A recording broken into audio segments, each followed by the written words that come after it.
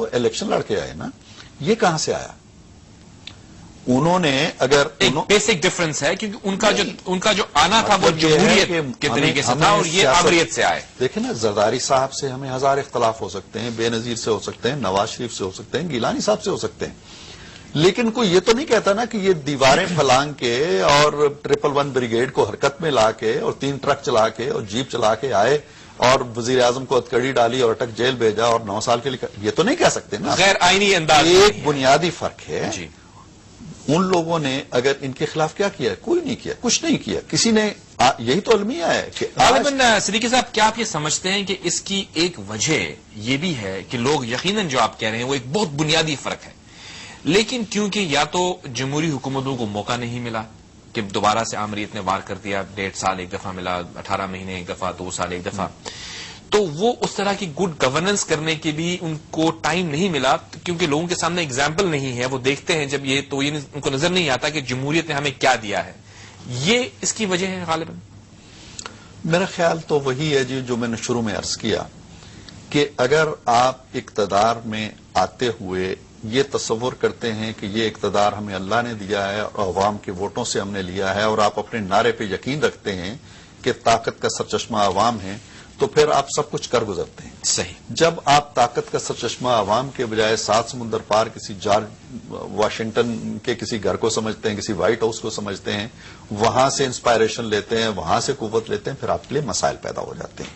ہمارا المیہ یہی ہے. میں یہ سمجھتا ہوں کہ یہ جمہوریت جو آئی یہ اتنی قوی تھی, اتنی توانا تھی, اتنی پرجوش تھی, 2 عوامی جماعتیں مل کے. لیکن بیرونی طاقتوں کا انوالومنٹ ہمارے ملک میں تو غالباً ضرورت سے زیادہ ہی ہے کہ ہم ابھی ہمارے نیبرز بھی ہیں, ہندوستان, بنگلہ دیش, شری لنکا, یہاں مختلف ممالک میں نہیں دیکھتا تھا کہ اتنی فراوانی سے بیرونی ممالک کے جو وزرائے خارجہ ہیں اور حکمران وہاں تشریف لے کر جا رہے ہیں جس طرح پاکستان میں جاتے ہیں. میں ایگزیکٹلی اسی پوائنٹ پہ آ رہا ہوں کہ جب یہ جمہوریت آ گئی اور پہلی دفعہ نیگرو پونٹے صاحب تشریف لائے الیکشن کے فوراً بعد, تو ہماری لیڈرشپ نے کیوں نہیں کہا کہ ناؤ اٹ از اندر پاکستان, اب ہم کچھ نہیں کر سکتے, 342 ارکان کی بیٹھی ہے, ہمیں اس کے پاس جانا ہے, اس سے باتیں کرنی ہیں, ہم نئے سرے سے آپ سے بات چیت کریں گے, یہ ڈرون اٹیک وغیرہ بند کریں, اب وہ زمانہ چلا گیا ہے.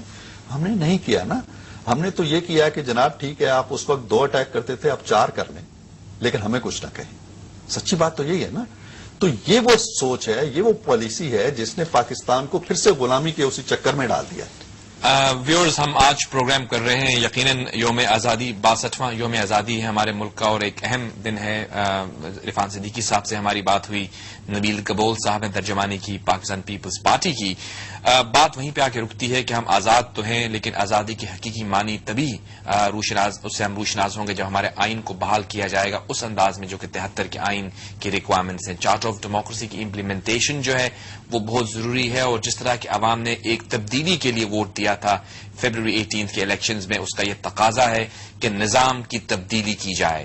محض چہرے بدلنے سے جو ہے ہم آگے نہیں بڑھ پائیں گے, کیونکہ عوام جب تک اس مسئلے کو حل ہوتا ہوا نہیں دیکھیں گے ان کا یقین نہیں ہوگا اپنے حکمرانوں پر کہ وہ ان کی گڈ گورننس دے سکتے ہیں. اس وقت عوام کے معاملات, عوام کے جو مسائل ہیں وہ انرجی کے بھی ہیں, تعلیم کے بھی ہیں, الٹریسی کے بھی ہیں, غربت کے بھی ہیں, ان کی طرف توجہ دینے کی ضرورت ہے. لیکن ہم الجھے ہوئے ہیں ابھی بھی آئینی پیچیدگیوں میں جو بہت ضروری ہیں کہ ہم ان کو جلد از جلد حل کر لیں تاکہ ہم عوام کے حقیقی مسائل کی طرف توجہ دے سکیں. عرفان صدیقی صاحب, آپ کا شکریہ.